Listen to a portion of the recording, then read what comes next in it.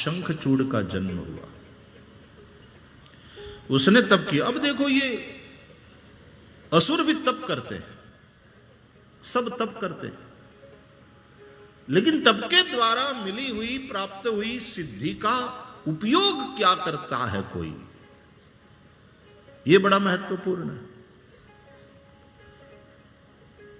तप की सिद्धि का उपयोग यदि अपना प्रभाव बढ़ाने के लिए और दूसरों को कष्ट पहुंचाने के लिए है तो भाई बस यही असुरत्व है और क्या। इसलिए उनको राक्षस कहा गया, नहीं तो तपस्वी तो वो भी बहुत कोई कम नहीं थे। हिरण्यकशिपु ने कैसा तप किया, वो साधारण तपस्वी नहीं, और रावण ने भी तप किया। तो तप किया है शंखचूड़ ने भी, और उसको भी आशीर्वाद मिला। ब्रह्मा जी की आज्ञा से वह फिर पुष्कर में गया तो वहां तुलसी से मिला शंखचूड़। ब्रह्मा जी वहां पर प्रकट हुए और ब्रह्मा जी ने गांधर्व विधि से तुलसी का और शंखचूड़ का विवाह कराया। और फिर शंखचूड़ असुरों का अधिपति बना। और जैसे ही वो हुआ और तुरंत देवताओं पर धावा बोल दिया, देवताओं का अधिकार छीन लिया। देवता सब ब्रह्मा जी की शरण में गए। ब्रह्मा जी उन सब देवताओं को लेकर भगवान विष्णु के पास गए, और तब भगवान विष्णु शंखचूड़ के जन्म का रहस्य प्रकट करते हैं। और फिर शंखचूड़ के साथ युद्ध होता है देवताओं का। देवदानवों में भयंकर युद्ध होता है। शंखचूड़ के साथ वीरभद्र युद्ध करते हैं। भद्रकाली का भयंकर युद्ध होता है। और अंत में वो मर नहीं रहा था, क्योंकि उसकी जो नारी थी तुलसी, वृंदा, ये बड़ी सती नारी थी, और उसके पातिव्रत से वो मर नहीं रहा था। तो कथा है कि भगवान विष्णु उस शंखचूड़ का रूप बनाकर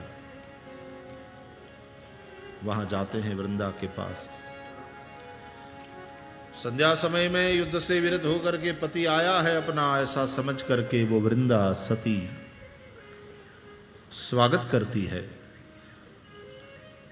और उस वृंदा के पति के रूप में भगवान विष्णु उसके पातिव्रत का भंग करते। लेकिन भले ही शंखचूड़ का उन्होंने रूप बनाया हो, लेकिन उसके कुछ व्यवहार से,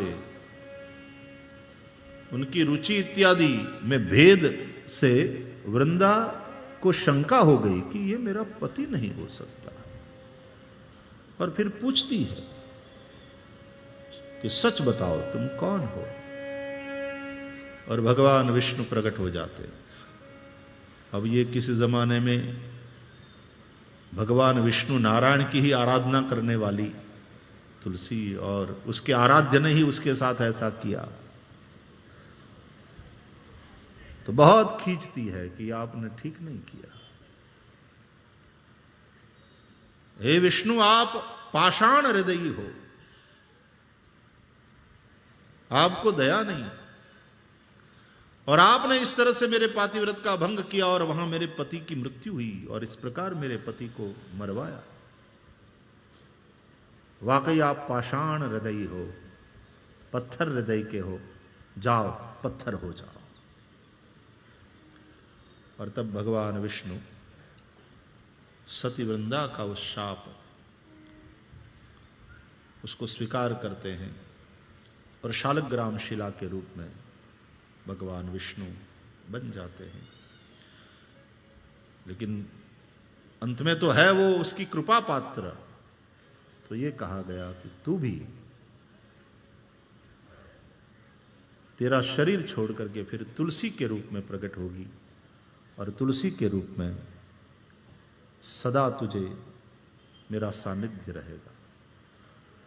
बल्कि मैं तुलसी का सानिध्य पसंद करूंगा, मैं बिना तुलसी के रह ना पाऊंगा। इसलिए शालग्राम शिला बिना तुलसी के नहीं रखना चाहिए।